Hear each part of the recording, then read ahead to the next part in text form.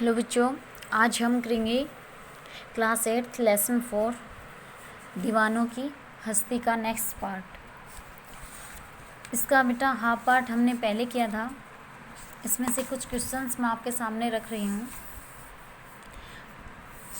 सबसे पहले first question, दीवानों के साथ साथ क्या चलता है? दीवानों के साथ साथ क्या चलता है?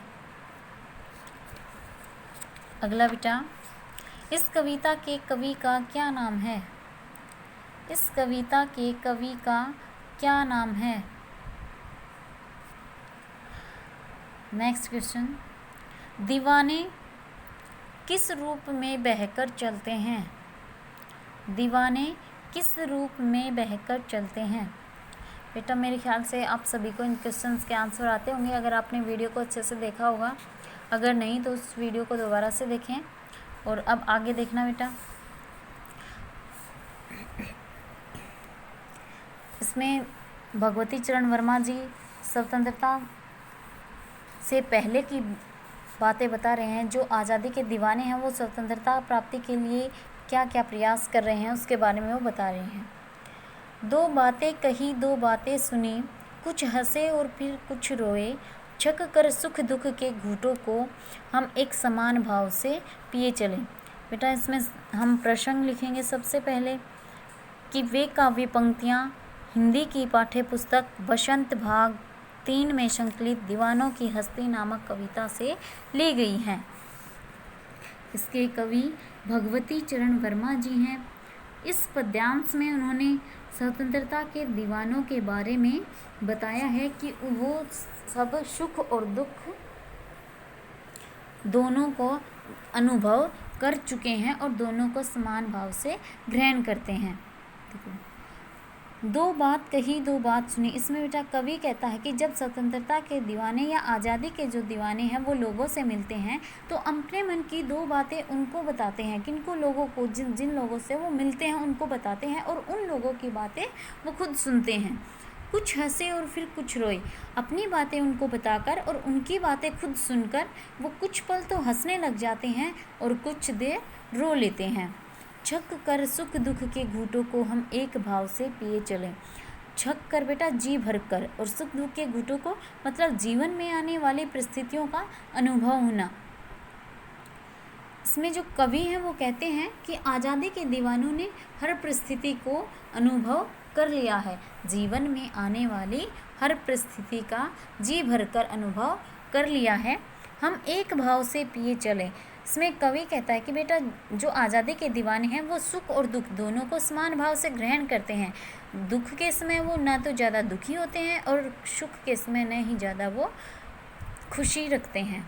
दोबारा देखो बेटा इसको, दो बातें कही, दो बातें सुनी। इसमें कवि कहता है कि जब आज़ादी के दीवाने लोगों से मिलते हैं तो वो अपने मन की दो बातें उनको बताते हैं और उनके मन की बातें खुद सुनते हैं और अपनी बातें उनको बताकर और उनकी बातें सुनकर कुछ पल के लिए वो हंसते हैं और फिर कुछ पल के लिए रोते हैं। छक कर सुख दुख के घूंटों को हम एक भाव से पिए चले। इसमें कवि कहता है बेटा कि आज़ादी के दीवाने हैं वो कहते हैं कि हमने जीवन में आने वाली हर परिस्थिति को यानी सुख और दुख सभी को जी भरकर अनुभव कर लिया है। हम एक भाव से पिए चले। सुख और दुख हम दोनों को समान भाव से ग्रहण करते हैं। न तो सुख में ज़्यादा खुशी होती है हमें और न ही दुख में हम ज़्यादा दुखी होते हैं। नेक्स्ट बेटा, हम भिखमंगों की दुनिया में स्वच्छंद लुटाकर प्यार चले, हम एक निशानी सी उर पर ले असफलता का भार चले। प्रश्न लिखेंगे बेटा पहले, ये काव्य पंक्तियाँ हिंदी की पाठ्य पुस्तक बसंत भाग 3 में संकलित दीवानों की हस्ती नामक कविता से उद्धृत हैं या लिए गई हैं। इस कविता के कवि भगवती चरण वर्मा जी हैं। इसमें जो कवि है वो समाज को एक भिखारी के रूप में बताता है और स्वतंत्रता सेनानियों को दानी के रूप में बताता है कि वो सब कुछ देकर चलते हैं लेकिन ये दुनिया है ये सिर्फ लेती लेती है, उसके बदले में उन्हें कुछ भी वापस नहीं देती। हम भिखमंगों की दुनिया में, इसमें कवि बेटा स्वतंत्रता सेनानियों के बारे में बताता है कि जो आज़ादी के दीवाने हैं वो लोगों को इस भिखारी रूपी दुनिया को, भिखमंगे बेटा भीख मांगने वाला भिखारी, भिखमंगी रूपी दुनिया में यानी भिखारी रूपी दुनिया को स्वच्छंद लुटाकर प्यार चले। स्वच्छंद होता है बेटा स्वतंत्र रूप से बिना रोक टोक के अपना जो प्यार है वो लोगों को देकर चल रहे हैं। हम एक निशानी सी उर पर ले असफलता का भार चले। इसमें बेटा जब वो आज़ादी के दीवाने हैं वो लोगों को प्यार लुटाते जा रहे हैं, लेकिन जो भिखारी रूपी दुनिया है वो उनको बदले में कुछ भी नहीं देती। तो वो इनको अपनी असफलता मानते हैं, अपनी हार मानते हैं, और वो कहते हैं कि इस असफलता का बोझ हम अपने हृदय पर, अपने मन पर एक पहचान के रूप में लेकर जा रहे हैं। दोबारा देखो बेटा, हम भिखमंगों की दुनिया में स्वच्छंद लुटाकर प्यार चले। इसमें जो भिखारी रूपी दुनिया है उसके बारे में दीवाने कहते हैं कि हम इस भिखारी रूपी दुनिया में जो केवल मांगना ही जानती है, देना कुछ नहीं जानती, उसके पर हम स्वतंत्र रूप से सबके लिए समान रूप से प्यार लुटाते जा रहे हैं, लेकिन इस प्यार के बदले में हमें कुछ भी जनता से या दुनिया से नहीं मिल रहा। ये असफलता का भार या ये असफलता का बोझ हम अपने हृदय पर एक पहचान की तरह लेकर आगे बढ़ रहे हैं। आगे देखो बेटा,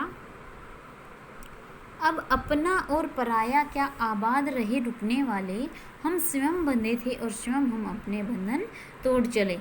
बेटा प्रसंग इसमें ये काव्य पंक्तियाँ हिंदी की पाठ्य पुस्तक वसंत भाग 3 में संकलित दीवानों की हस्ती नामक कविता से ली गई हैं। इस कविता के कवि श्री भगवती चरण वर्मा जी हैं और इनमें उन्होंने देश के व्यक्तियों के बारे में बताया है कि जो अपने और पराये के भेद हैं वो सब लोग यहाँ जन्म लेने के बाद ही उन बंधनों में बंध जाते हैं। देखो बेटा, अब अपना और पराया क्या, इसमें जो कवि है वो उन आज़ादी के दीवानों के बारे में कहता है कि वो अपना और पराये का कोई भी भेद नहीं रखते, उनके लिए सब समान हैं। जो आज़ादी के दीवाने हैं वो अपने और पराये यानी दूसरे में कोई भी भेदभाव नहीं करते, सबको समान रूप से देखते हैं। आबाद रहे रुकने वाले, और वो यही चाहते हैं कि इस देश में रहने वाले जितने भी लोग हैं वो सदा बसते रहें। आबाद होता है बेटा बसना, कि रुकने वाले जो जन्म ले रहे हैं इसमें वो आबाद रहें, बसते रहें और खुश रहें। हम स्वयं बंधे थे और स्वयं हम अपने बंधन तोड़ चले। हम अपनी इच्छा से ही इस देश के बंधन में बंधे थे। कौन सा बेटा, कि हमने जो देश के साथ जो भी रिश्ता या नाता जो प्रेम का नाता रखा है वो हमने खुद अपने दिल में बांधा था, उस बंधन में हम खुद बंधे थे और आज हम स्वयं इन बंधनों को तोड़कर जा रहे हैं, अर्थात हम खुद अपनी स्वतंत्रता के लिए अपना बलिदान दे रहे हैं। एक बार फिर से देखो बेटा, अपना और पराया क्या आबाद रहे रुकने वाले, इसमें जो कवि है वो उन वीरों के बारे में बताता है कि उन्होंने अपने और पराये का कभी भी कोई भेदभाव नहीं किया, सभी को साथ समान रूप से वो रहे, आबाद रहे रुकने वाले।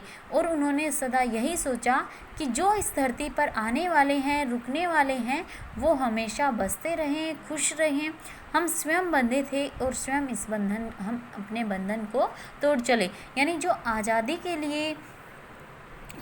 के लिए हमने इस दुनिया को, हमने इस देश को अपना समझा है, जो प्यार दिया है, जो अपने रिश्ते नाते बनाए हैं वो हमने खुद ने बनाए हैं और आज हम खुद इन बंधनों को तोड़कर आज़ादी के लिए बलिदान दे रहे हैं।